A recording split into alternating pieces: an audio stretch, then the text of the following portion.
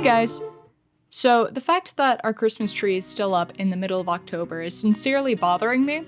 So today, I'm going to make some horror-themed paper ornaments and slip them on top of that tree. Add a little decoration, make it just a little bit more Halloween-themed.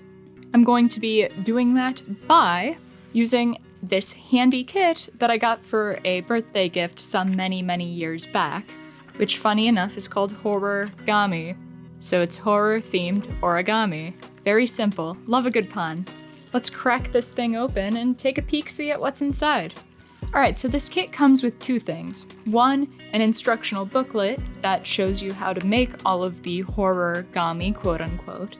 And two, some specially patterned paper to ensure that everything looks good. You could presumably use regular paper for these, so pretty obviously the process that I'm going to be following today is I'm going to fold the ornaments, I'm going to add a loop to hang them on the tree with a little bit of thread and needle, and then I might end up adding a little bit of texture or color to some of these within the book, then take what I've learned and try to come up with my own sort of original pattern. Let's see how this goes. First pattern I'm starting out with is the axe, because it looked pretty simple, and I vaguely remember attempting this when I was a kid and not succeeding because the patterns were really difficult, so hopefully let's avoid that.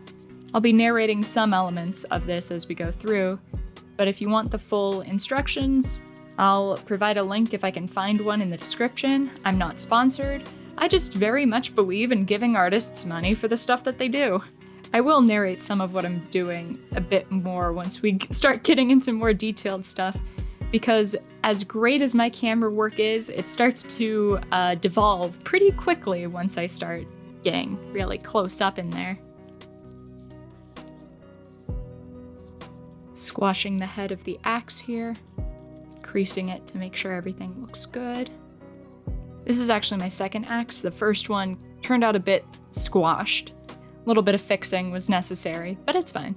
Let's poke a hole in this bad boy, use a needle threader to get a little bit of twine through. By the way, I love needle threaders. They are incredibly convenient. And then tie a knot. And now she's all set. The second one I kind of want to do is this ghost. This one's a little bit more medium difficult, sort of getting into a little bit more dangerous waters.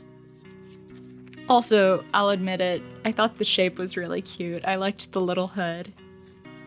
This pattern starts with what's called a preliminary base, which if you've ever folded a paper crane, you'll be pretty familiar with. It's the exact same.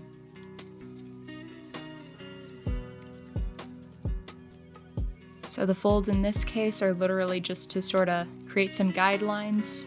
You squash it down and form a kite, and then you just repeat that on all four sides. And there you go.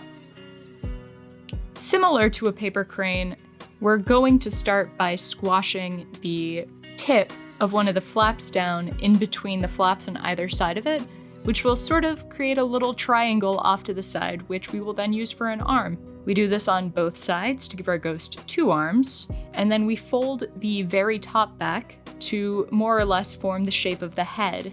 Once that's done, I'm going to fold the front layers of the robe back in order to make it look a little bit more like layered fabric rather than just sort of like straight up and down paper. This will also help the ghost be able to stand up. Once that's done, I'm going to sort of crimp the bottom so that it forms a nice robe-like shape. Can you stand? He can stand, passes the stand test. With a bit of crimping to the head. After that, I sort of pinch and twist the arms to make them seem a little bit more organic, pinching the very tips of the arms in order to make it appear like hands. I actually sort of goofed this one up. I made the arms way too high up, which means the head's tiny. So let's fix that real quick. There we go, fixed. The final version of this guy turned out super cute. He's adorable. I get like Grim Reaper vibes off of him. Let's give him a stabbing, a stringing. Whoops, I broke the thread stringer. That's great, that's awesome. Fine, we're going back to Old Faithful, where you just string the twine on some thread and needle and pull it through that way.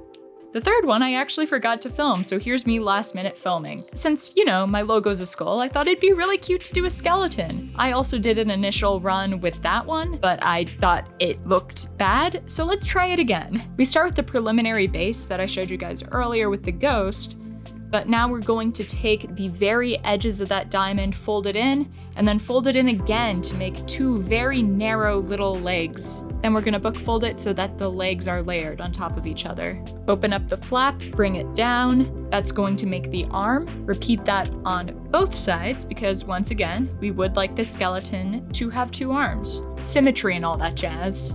Now that we have a very odd looking tree, I'm going to bring the base of the triangle up in order to meet the opposite shoulder. This is going to sort of create the appearance of a rib cage. I did a similar thing on the back, but I more or less just folded that zigzag style and tucked it out of the way.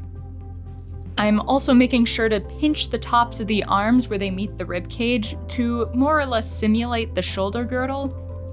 Once that's done, I repeat it on the other side, and we almost have a torso on this bad boy. Next step is the legs. I'm going to twist each leg out a little bit in order to almost make it appear like the pelvis. Use my fingers to sort of pinch at the joints. I do this at the arms as well.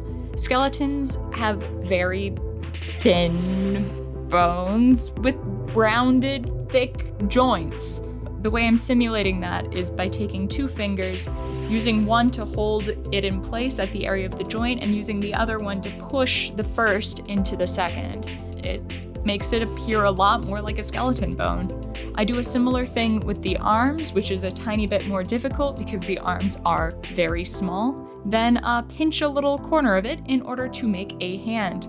We're going to attempt to fix the head by bending the top of the head back, then pinching the sort of sides and base of the head inward to simulate a neck. I can't get this one quite as thin as I would like, but it kind of works. Compared to my first attempt, way, way better. Now let's string that bad boy up, and these are the 3 origami models that I've made so far. An axe, a ghost, and a skeleton. Now that I've done that, I'm feeling confident enough to attempt to make my own, and I'm going to do an alien. They're neat. I'm starting this one off very similarly to the skeleton, which is to say doing a preliminary base, and then raising the corners and pinching them in to make arms. He kind of looks a lot like Patrick Star right now. Don't worry, he continues to look like Patrick Star for the majority of this. Here I go folding the edges of the front diamond flaps in. This is going to make the legs a little bit narrower. I'm now twisting the legs in and out a little bit. This is to simulate joints once again. Even just that much goes a super long way in making that look like a leg rather than like the points of a star. I will acknowledge that it is very much not clear what I'm doing with my hands. Sorry. But what I'm doing here is sort of pinching the back and front flaps in a little bit more to try and make the model a bit more narrow. Because it may not look much like Patrick Star, but now it's starting to look like Oogie Boogie with Bayonetta legs, and that is also not exactly what I'm going for. I'm going in now and pinching the arms in a similar way to sort of generally shape them, and I'm going to go ahead and try and form a head now. Ha, see what I did there? Doing this similarly to the skeleton, where I bend the top flap back a little bit, and then pinch in the sides while sort of crimping it forward and backwards to simulate the chin area. This is the point of the video where it looks most like Oogie Boogie, I would like to argue. I mean, like literally, that's like 1-to-1, but with super long legs. Am I right? I do fix this eventually. The end result is that my little alien has a super short torso and very long legs, which definitely wasn't what I was going for, but is objectively hilarious, so I'll leave it be. After that, I'm adding some little alien eyes and a little blush with a Sharpie and colored pencil, and now my sweet baby boy, he's done. My beautiful creation, look at him. I've got a case of the giggles rewatching this footage because his legs look so silly. I played myself here by not having any good areas to attach the string, so instead of poking a hole through him, I actually just glued the string to the back flap of his head, which probably isn't as secure as the other ornaments, but this is just going to be put on my Christmas tree. It's not like I'm gonna go around yanking these around, so I think it's fine. So here's my 4 models! The alien, the skeleton, the ghost. Last, I guess technically first, but not least, the axe. But the real question is, do they work on the tree? I'm so glad you asked. Beautiful, gorgeous, and making my Christmas tree a little bit more Halloween tree. I think we should all start doing Halloween trees. It's so much work to carry those trees upstairs. Anyway, thanks for watching. If you can, please subscribe, and I'll see you later.